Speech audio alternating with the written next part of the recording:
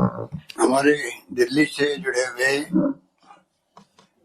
पूर्व केंद्रीय मंत्री, अखिल भारतीय कांग्रेस कमेटी के नवनियुक्त महामंत्री भंवर जितेंद्र सिंह जी, हमारे साथी कृषि मंत्री लालजी कटारिया जी, मुख्य सचेतक महेश जोशी जी, विधायिका बहन मनीषा परमार जी, आचरण के विधायक भाई जबर सिंह जी सांकला, अध्यक्ष छात्रावास समिति रंजीत सिंह जी सोडाला, रंजीत सिंह जी पंवार साहब, पूर्व अध्यक्ष छात्रावास समिति, मोहन सिंह हाथूस, पूर्व अध्यक्ष छात्रावास समिति, और यहाँ उपस्थित छात्रावास स्थल पर विजय सिंह जी परमार, देवी सिंह जी सिसोदिया जोधपुर, उमेश सिंह जी तंवर जैसलमेर, राजेंद्र जी सोलंकी सांकला शिरोई, गजेंद्र जी सांकला बीकानेर, श्रीमती नीलू भाटी प्रदेश अध्यक्ष, और श्री पार्थ सिंह जी कुंडल युवा अध्यक्ष, छात्रावास के तमाम पदाधिकारीगण और जो भी प्रोग्राम को देख रहे हैं तमाम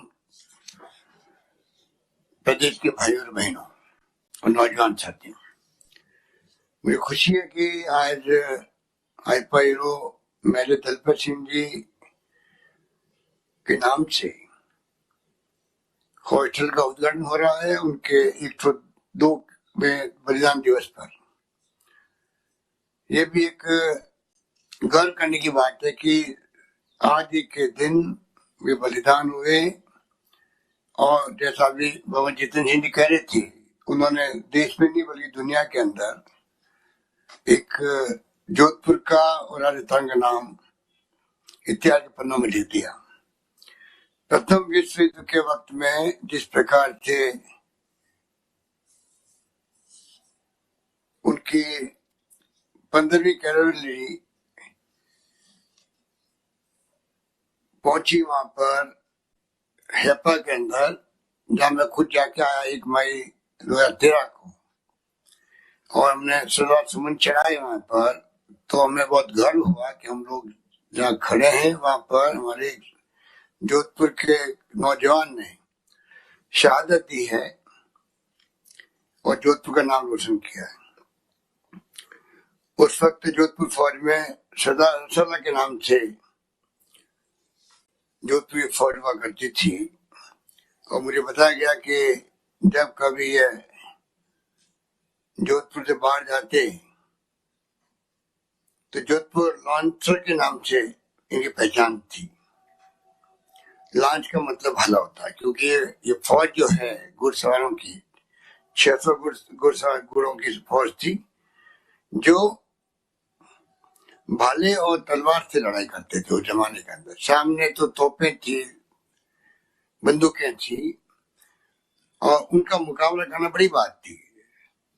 पर जिस प्रकार से उन्होंने टर्की के ऑटोमन साम्राज्य, जिसमें जर्मनी और ऑस्ट्रिया और हंगरी सब आते थे, उन सबके सामने प्रथम विश्व युद्ध के जमाने के अंदर लड़ना बड़ी बात थी। जैसा अभी भंवर साहब बता रहे थे कि किस प्रकार वे बचपन में इंग्लैंड गए पढ़ने के लिए, 18 साल की उम्र में वे फौज में भर्ती हो गए।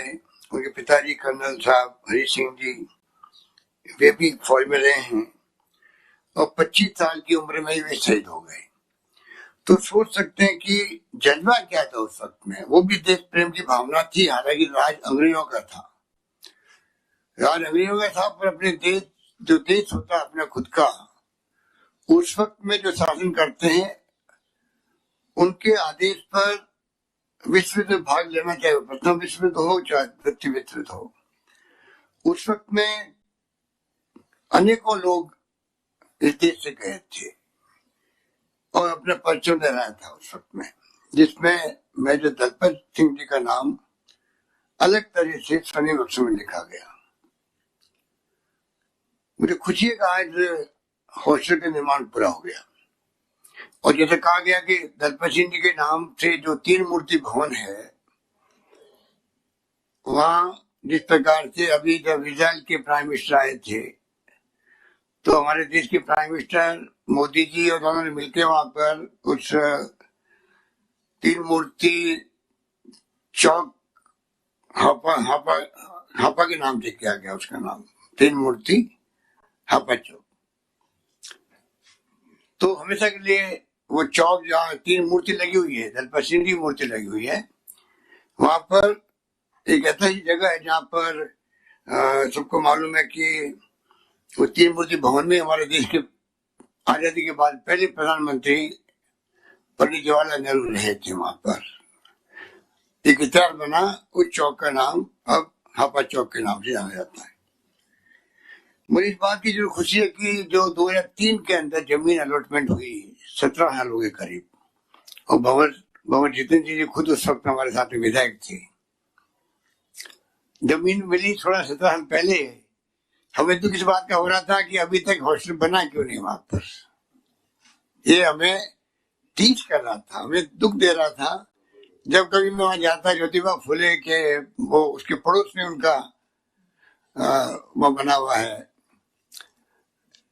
तो जब कभी वहां जाते तो पड़ोस का प्लॉट ये है और वो खाली पड़ा रहता था। अब रणजीत सिंह जी ने बड़ी हिम्मत करी, इनके साथियों ने बाबा साहब के सहयोग से जो हॉस्टल का निर्माण कर दिया, तो मुझे भी बहुत संतोष मिल रहा है। बड़ा काम आप लोगों के द्वारा हो गया है और 16 साल तो लगे, पर अब आपने भामा साहब का सहयोग लिया। मैं उन भामा साहब को भी अपनी ओर से, आप सबकी ओर से बहुत बहुत मुबारकबाद देना चाहता हूँ। और सर प्रताप को याद करता हूँ, जिनके कमांडरशिप में घोड़ों पर लड़ने वाली फौज बनाई गई, जिसका नाम मैंने कहा सला रखा गया। तो बड़ा लंबा इतिहास है उस जमाने का, और ये कोई कम बात नहीं है कि 102 वर्ष हो गए। 102 वर्ष का अपना मायना होता है कि 102 वर्ष पहले ही घटना हुई, और जिस प्रकार से आज भी उनको याद करते हैं। और मैं उम्मीद करता हूं कि आने वाला जमाना भी नई पीढ़ी को उनसे प्रेरणा लेगी। कुछ मेरे सामने कुछ सुझाव रखे गए थे। एक तो कोई पुस्तक में उनके बारे में लेख था, वो हट गया कहते इस साल। मैंने पता किया उसका, तो मैं कहना चाहूंगा कि इस बार हटाया नहीं गया था। एनसीईआरटी का कोर्स लागू कर दिया, दिल्ली केंद्र सरकार की जो एनसीईआरटी के कोर्स पूरे देश में चलते हैं, वो पुस्तकें आ गई, इसलिए पहले वाली पुस्तक नहीं रही। इतने नाम नहीं रहा, पर हमने तय किया है, और मैं कहूंगा माध्यमिक शिक्षा बोर्ड के अध्यक्ष जी को कि अगली बार जब वापस, वो 9वीं कक्षा में था, 10th क्लास की जो माध्यमिक शिक्षा बोर्ड द्वारा निर्मित पुस्तक है राजस्थान इतिहास एवं संस्कृति में, वापिस उनका नाम, उनका काम, वो हम लोग वापिस में लगवाएंगे। बाकी जो आपने सुझाव दिए हैं कई नामांकन के, वो हम लोग बात चर्चा करेंगे कहाँ का संभव होगा। हम चाहेंगे कि ऐसे हीरो के बारे में, अब 3 मूर्ति भवन के सामने हापा चौक बना है और वहां मूर्ति पहले लगी हुई है, तो हम सब समझ सकते हैं कि कितना बड़ा कंट्रीब्यूशन होगा मान सम्मान का, तो कह निकाल सकता नहीं है। तो मैं इस मौके पर ज्यादा लंबी बात नहीं कहता हुआ, ये ठीक कहा भी हमारे साथी ने, तोपों का मुकाबला तलवार और भाले से हुआ है। तोपों का मुकाबला तलवार और भाले से हुआ है, बहुत बड़ी बात है। और मुझे बताया गया कि 6 सिपाही और 60 घोड़े जो है उसमें काम आ गए थे उस वक्त में, उस लड़ाई के अंदर। इस प्रकार से वो युद्ध लड़ा गया, और मैं समझता हूँ कि हम सबका कर्तव्य है कि ऐसे महान शहीदों को हमेशा याद किया जाए। राजस्थान की धरती तो इसके लिए हमेशा पहचान रखती है अपना, कि जब कभी संकट आया देश के ऊपर, चाहे वो 62 का युद्ध हो चाइना के साथ में, चाहे 65 की लड़ाई हो पाकिस्तान के साथ में, या 71 की लड़ाई हो बांग्लादेश आजाद करवाने के लिए, या कारगिल हो, हमेशा राजस्थान के सपूतों ने तो बढ़ चढ़ के हिस्सा लिया और जान की बाजी लगा दी।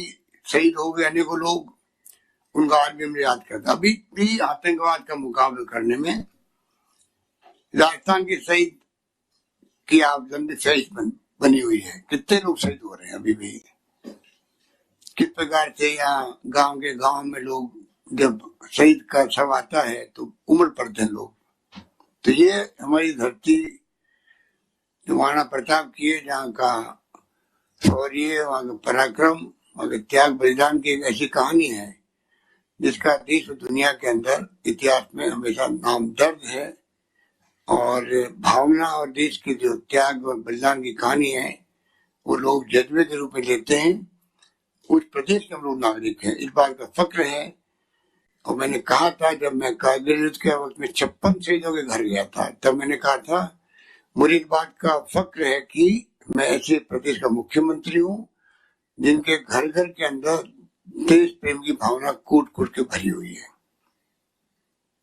यही बात कहता हूँ, मैं अपनी बात समाप्त करता हूँ और तमाम साथियों को बहुत बहुत बधाई मुबारकबाद देता हूँ कि आपने हॉस्टल का निर्माण किया। बच्चे आके उनको सुविधा मिलेगी, पढ़ेंगे।